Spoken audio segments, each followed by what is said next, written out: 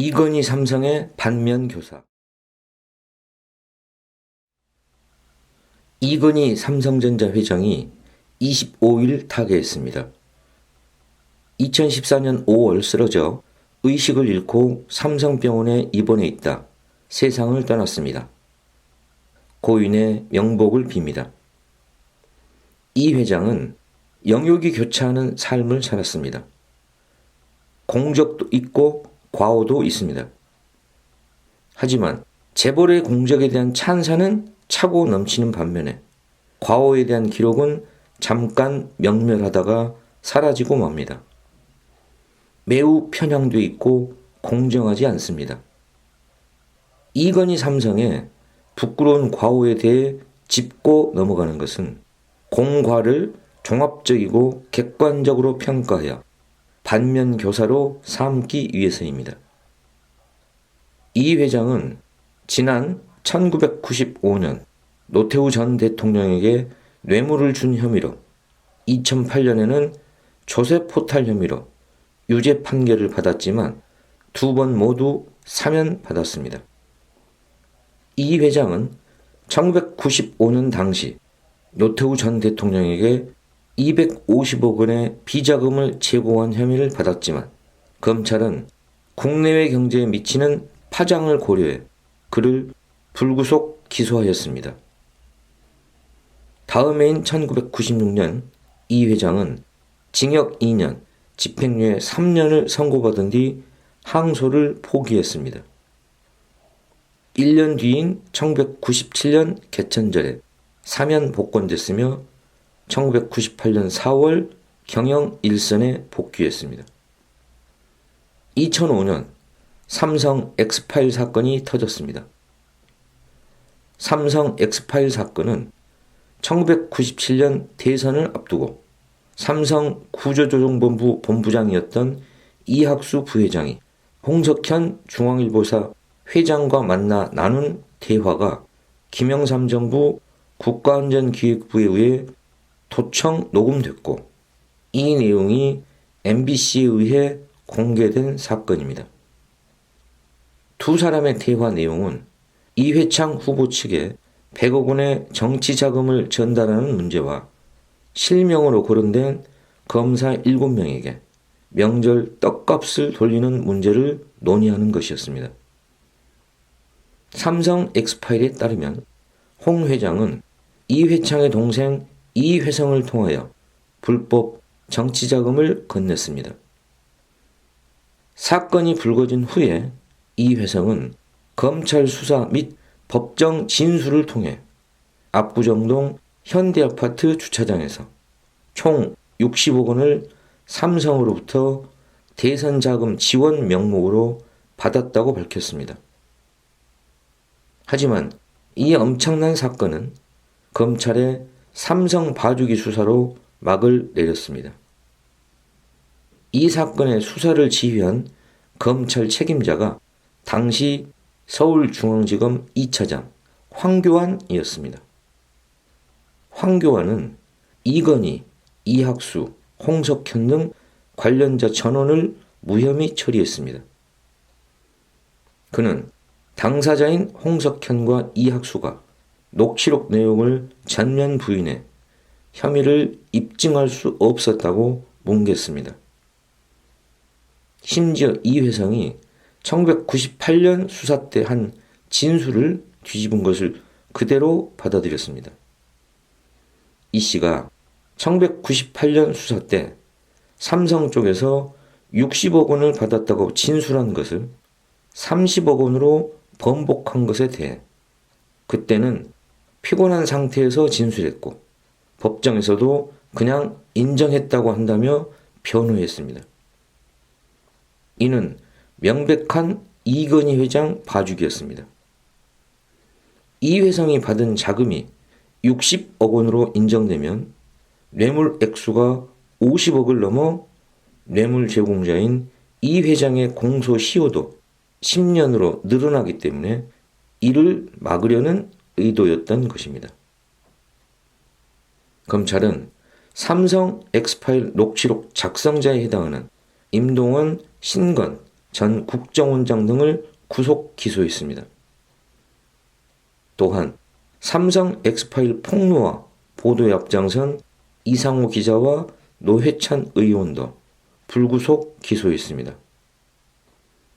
불법 정치자금을 조성하고 전달한 것은 처벌하지 않고 불법을 폭로한 국회의원과 기자를 처벌하겠다는 검찰의 입장은 적반하장도 이만저만이 아니었습니다. 삼성의 떡값으로 사육돼 재벌의 사냥개로 전락한 검찰의 추악한 몰골을 적나라하게 보여줍니다. 2005년 12월 홍석현 회장의 중앙일보는 황교안 2차장을 사회 분야 올해의 인물로 선정했습니다. 중앙일보는 올해의 인물로 선정한 이유로 황 차장은 불법 도청 수사가 진행된 143일 동안 검찰 공안부에서 잔뼈가 굵은 베테랑답게 수사 과정에서의 인권 침해 시비나 수사 기밀의 외부 유출 등 작은 실수 없이 수사를 말끔하게 마무리했다고 칭찬했습니다. 무혐의 처리에 대한 답례이자 이건희 삼성가가 자신의 충직한 사냥개에게 하사하는 감사패인 셈입니다.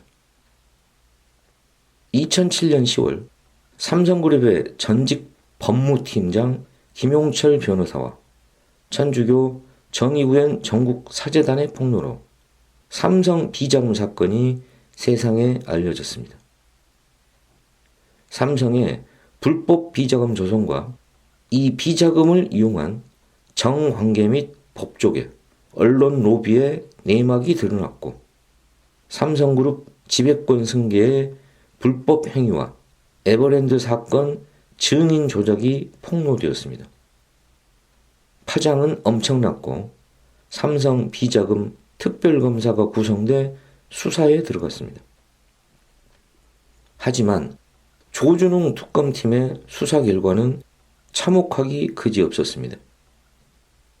특검은 1199개의 차명 계좌와 324만 주의 차명 주식 등 은닉재산 4조 5천억 원을 찾아냈습니다.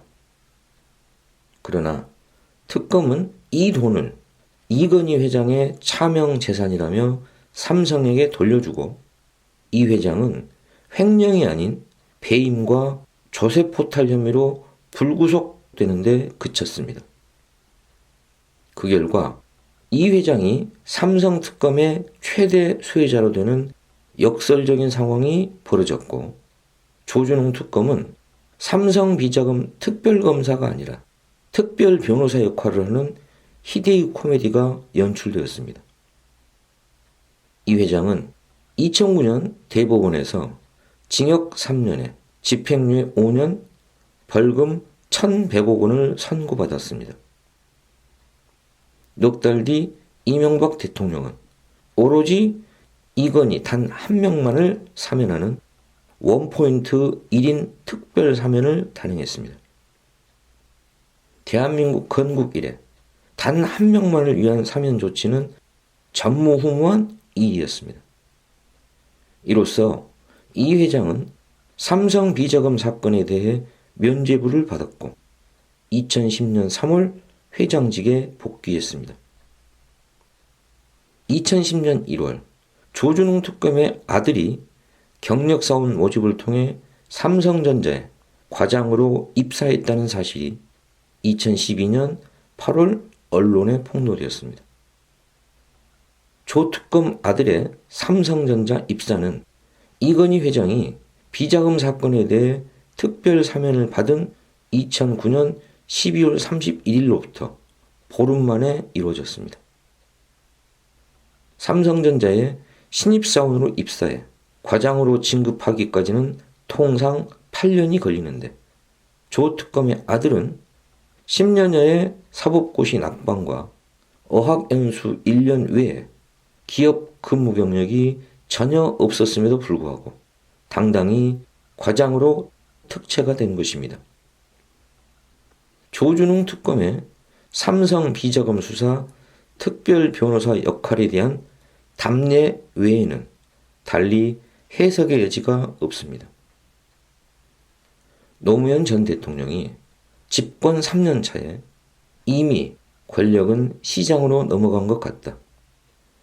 우리 사회를 움직이는 힘의 원천이 시장에서 비롯되고 있다고 했던 말은 빈말이 아닙니다.